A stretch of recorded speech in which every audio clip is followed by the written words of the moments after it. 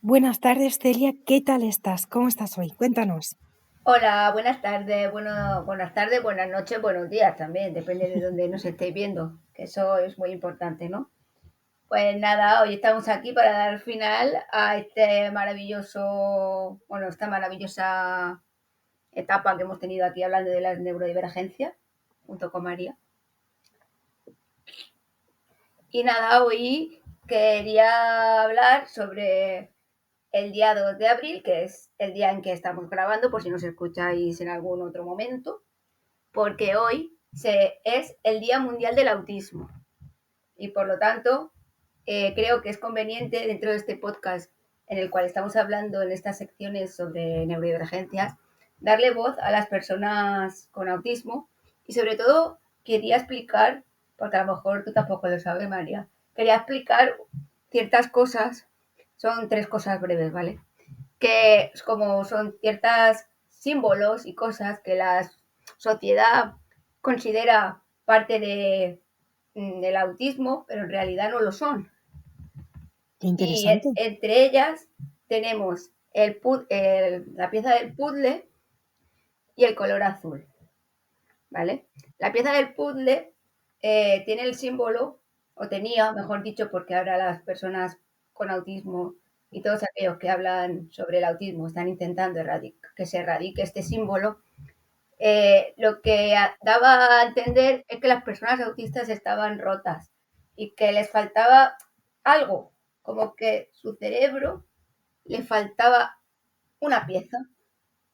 Y claro, Vaya, eso es injusto porque las personas autistas son válidas y capaces al igual que cualquier otra persona neurotípica. El problema es su adaptación y la integración dentro de la sociedad. Por otro lado, tenemos el color azul, que viene a ser un símbolo que aparte de proceder de una asociación de hace muchos años que trataba el autismo como algo negativo, también habla sobre el sesgo que hay de género, es decir, el color del autismo era azul porque se consideraba que las personas con autismo, o sea, su mayoría eran hombres. Y eso se ha demostrado que no es así, que hay personas de todos los géneros. Y por último, quería dar visibilidad al símbolo que a día de hoy se utiliza, que es el infinito, tanto amarillo como de color arcoíris. ¿Y por qué? Porque queremos hablar sobre el autismo y explicar que el autismo es un espectro tan infinito como las personas que lo tienen. Y nada, esa era mi pequeña aportación para el Día Mundial del Autismo y para que las personas que nos escuchen puedan empezar a utilizar esa simbología de forma adecuada y cuando den visibilidad al autismo, tanto en redes sociales como en su día a día, puedan hacerlo de una manera adecuada. Y nada, eso era todo lo que yo quería mi aportación.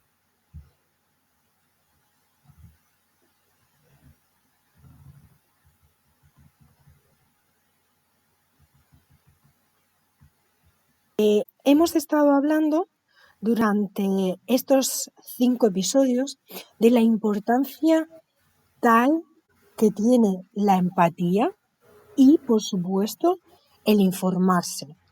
Hemos estado hablando de que las personas neurotípicas lo mejor que pueden hacer para integrar la neurodivergencia de forma natural es informarse de las diferentes neurodivergencias, si tienen una persona en su familia, si tienen una pareja, si están trabajando con ellas, si son jefes de organizaciones que están trabajando con personas neurodivergentes, que den cursos, que preparen a las personas que están trabajando, a los empleados, para que sepan integrar, respetar y aceptar a las personas neurodivergentes como uno más, sin ningún tipo de discriminación. Hemos hablado también de la integración en la familia, hemos hablado también de que ahora hay a nivel gubernamental, se está empezando a dar pasito a pasito una evolución, y hoy nos toca la educación a la sociedad.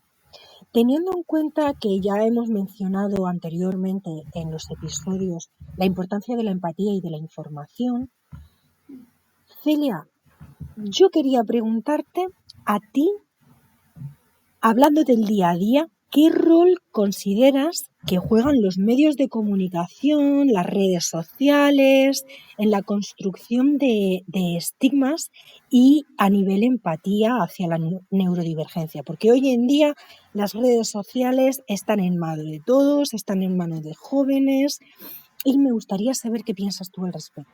Yo considero que a día de hoy, y siendo yo también una persona que utiliza sus redes sociales para hablar de neurodivergencia, considero que se está haciendo una labor, sobre todo hablando del tema redes sociales, ¿vale? En este caso. Una labor muy importante porque se está dando a conocer lo que vienen siendo las neurodivergencias desde otra perspectiva. Es decir, se está empezando a hablar de las neurodivergencias en personas adultas y sobre todo también de las neurodivergencias en mujeres y en personas de género no binario. Y aparte de todo esto, se está abriendo la posibilidad de que otras personas que quizás no conocen, o sea, no sabían que podían tener una neurodivergencia, poder entenderse un poco más y poder aprender de cómo son y quizás en algún momento poder buscar, por ejemplo, su diagnóstico. Lo cual pienso que es muy importante que las redes sociales hagan esta divulgación. ¿Hay alguna red social o alguna cuenta que a ti te gustaría recomendar a nuestros oyentes? Aparte de la mía, Que que, por que por supuestísimo, supuesto, obviamente, a mí voy a, porque me ha pillado un poco de sorpresa esta pregunta, voy a recomendar unas cuantas, ¿vale? La perfecto. primera que me gustaría recomendar, ¿vale? Es una que se llama La Michi Autista, ¿vale? Que se dedica a hacer reivindicación sobre el autismo y es una mujer que a sus, creo que 20 algo años, no sé, 20 algo, casi cerca de los 30, descubrió que era autista, ¿no? Entonces, en sus redes sociales habla sobre el autismo desde un punto de vista femenino y también desde un punto de vista adulto, ¿vale? Por otro lado, me gustaría hablar de un chico que se llama Aleix, que su cuenta tanto en TikTok como en Instagram es divulga Aleix. Y este chico, que además es una persona o sea, es una persona trans, un hombre trans, pues habla no solo de sus vivencias con el autismo, sino de sus vivencias con la transición de género. Y por último, me gustaría hablar de una chica que conocí hace poco, que vive aquí también en Valencia, donde vivo yo, que aún no la he conocido, pero lo vamos a ver prontito, que se llama Eugenia, de la cuenta Autista y Madre, que lo que hace es hablar de la maternidad dentro de las neurodivergencias y de cómo ha sido para ella, con sus 30 y pico años, a raíz de su hijo, reconocer y aceptar su diagnóstico de autismo. Entonces, esas tres cuentas me parecen maravillosas porque cada una cuenta una realidad desde un punto de vista diferente. A mí también me gustaría que dieses a la audiencia tu cuenta, que les quede claro que tú tienes también tu red social Sí. y que te puedan encontrar fácilmente. Pues en mi red social educa.gender, que lo voy a deletrear por si alguien no lo entiende, o sea, educa.gender, es mi cuenta de Instagram, donde no solo divulgo sobre neurodivergencias, sino que intento a día de hoy mezclar las neurodivergencias y la salud sexual integral. Es decir, hablo tanto de neurodivergencias, ya sea autismo, altas capacidades o TDAH, y de la salud sexual integral, que es muy importante para los jóvenes y para las personas que se quieran autoconocer mejor dentro de ese ámbito. Muy bien, muchísimas gracias, Celia. La siguiente pregunta es, en este momento actual,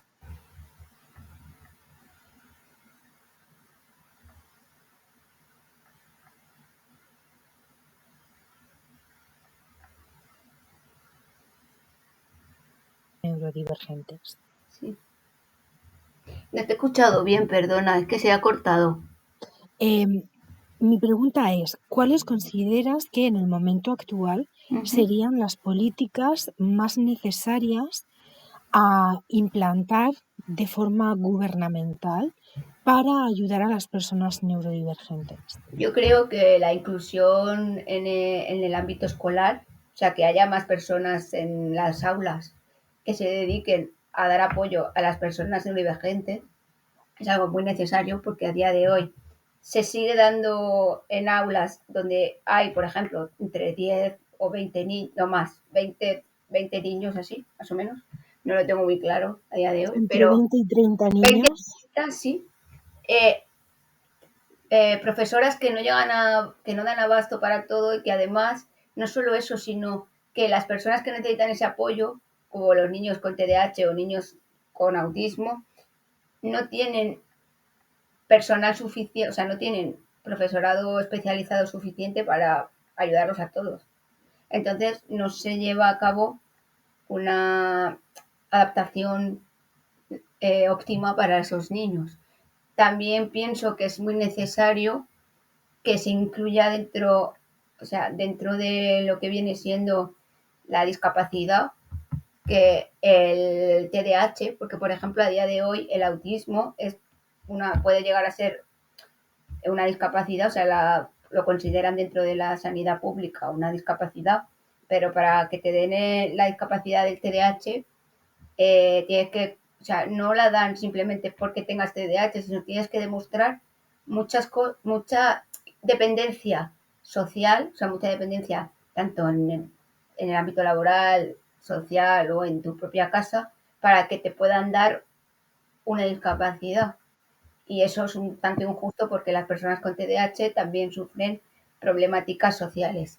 Y por otro lado, la adaptación laboral y la inclusión laboral, es decir, que haya más trabajos adaptados para las personas neurodivergentes, porque como dije en anteriores podcasts, las personas neurodivergentes cuando se nos adapta el trabajo podemos dar muy buenos resultados y ser muy eficaces en nuestro trabajo. ¡Qué maravilla! Una última pregunta. Mira que es que hoy está siendo el podcast cortísimo, Sí. pero es que prácticamente hemos cubierto todo lo que tenía un montón de preguntas en este episodio 6, pero las hemos ido aclarando, las hemos ido contestando a lo largo de los episodios y sinceramente es que me quedaban estas dos y ahora voy a añadir yo una más. Muy bien. Como has mencionado en el tema del ámbito laboral, la adaptación y la inclusión dentro de las empresas. ¿Tú conoces si existe alguna empresa que esté dedicada a personas neurodivergentes? ¿Es algo que recomendarías? ¿O Yo si no, se diera, sería otra forma más de no integración? a ver, yo como tal no conozco, pero sé el otro día viendo Instagram, me topé con un vídeo que decía que Microsoft ¿Ya? había ampliado su plantilla con gente neurodivergente y que había aumentado en un 175% o sea, el rendimiento de Microsoft. Es decir, habían adaptado no solo o sea, el trabajo a las personas, sino que les habían dado el trabajo que ellos podían hacer, es decir, trabajo donde tenían que ser minuciosos, trabajo de organización, trabajo de, de cooperación en grupo. Entonces, no solo habían adaptado el trabajo, sino que habían descubierto cuál era el trabajo óptimo para esas personas. Y se dieron cuenta de que había aumentado el rendimiento en un 175%. ¡Qué pasada! Eso es una Sí, barbaridad.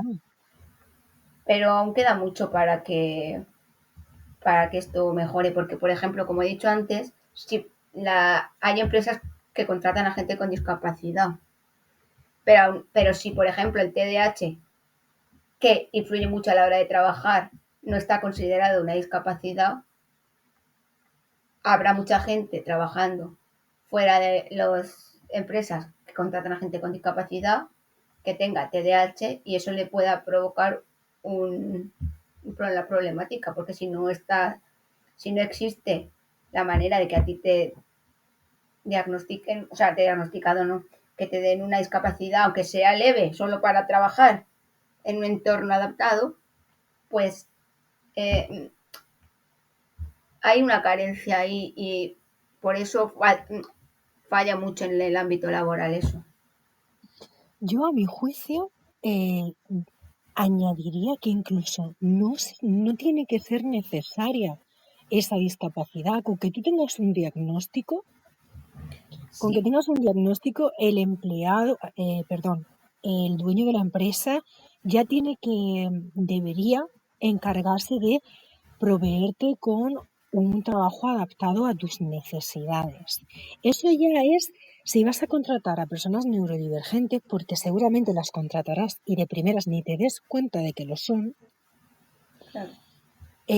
Tanto si es una neurodivergencia más pronunciada como menos pronunciada, a mí me gustaría hacer un manifiesto social hacia esa integración de, vamos a ver, vamos a abrir la mente y vamos a adaptar y vamos a ser conscientes de cómo realmente el hacerle bien a esta persona, a mi empresa le va a beneficiar en un 200%. Y si no, mira Microsoft.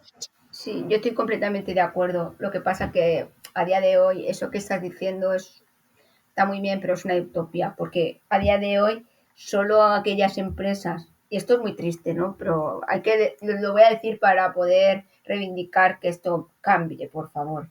Solo las empresas que se dedican a contratar gente con discapacidad ayudan a los discapacitados.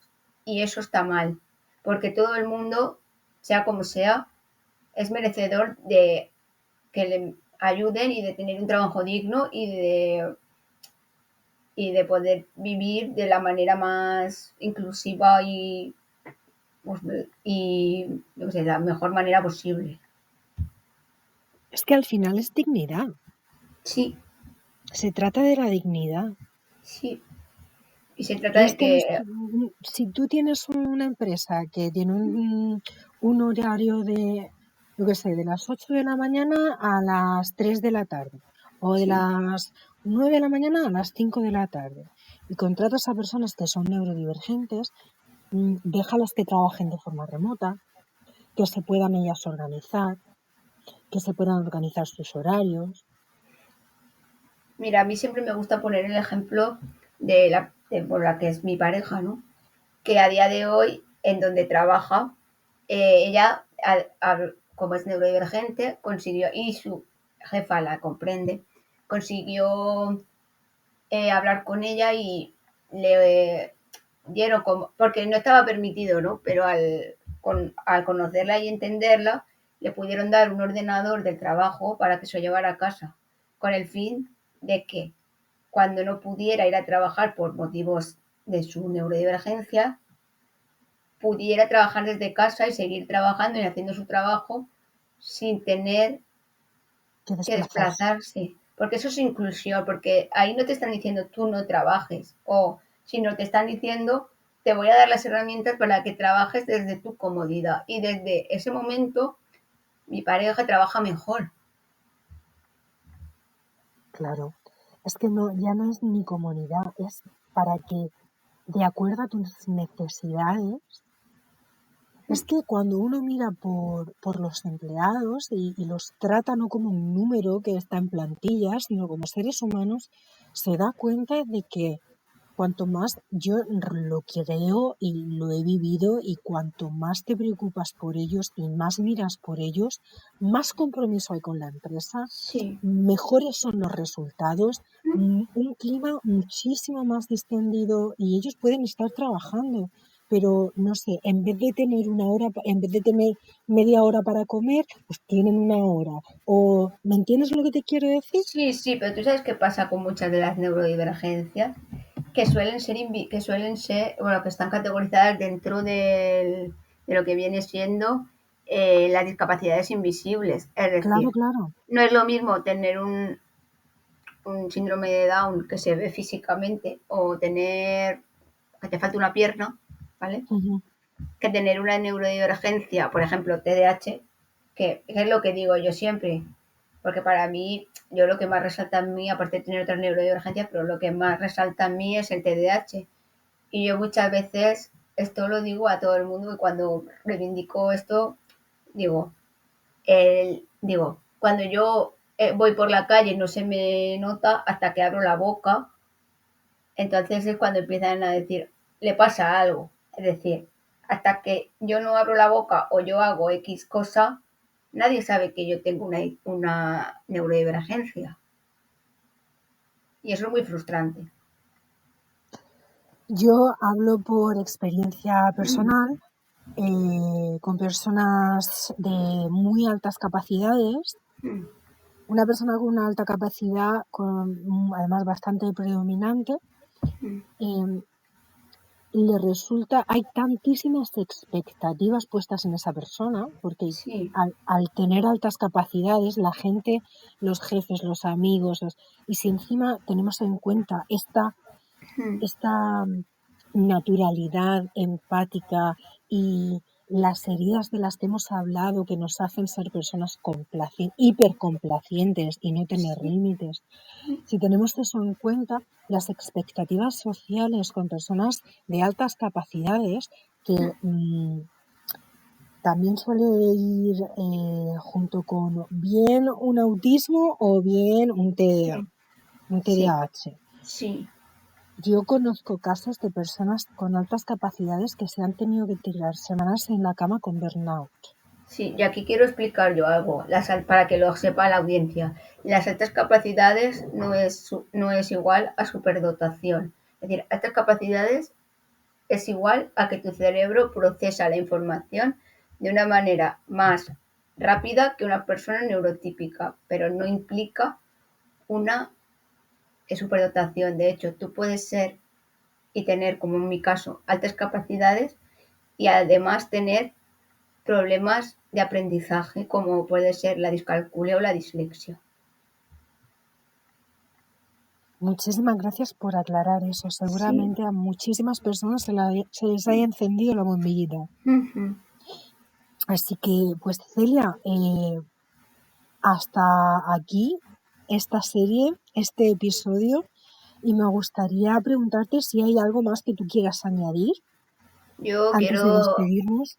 lo primero, darte las gracias por darme voz en este podcast y lo segundo, animar a la gente a que aprenda ya no solo sobre neurodivergencias, sino sobre todo aquello que no conoce, o sea, sobre la diversidad, ya sea colectivos LGTBI, discapacidad, neurodivergencias, para poder hacer el mundo un poquito más bonito y poder incluir a las personas en su día a día y hacerles la vida más sencilla, porque al igual que tú quieres, que tú como persona neuro, hablo para las personas neurotípicas y que nos estén escuchando, eh, quieres que tu vida vaya mejor, estas personas también.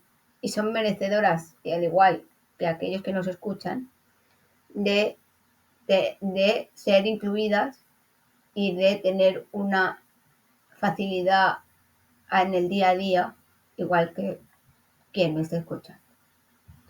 Muchísimas gracias, Celia, por todos estos episodios, por todas estas palabras que estás brindando a nuestra audiencia, por el conocimiento y por formar parte de esta misión que tenemos aquí de expandir la conciencia para hacer del mundo un lugar mejor.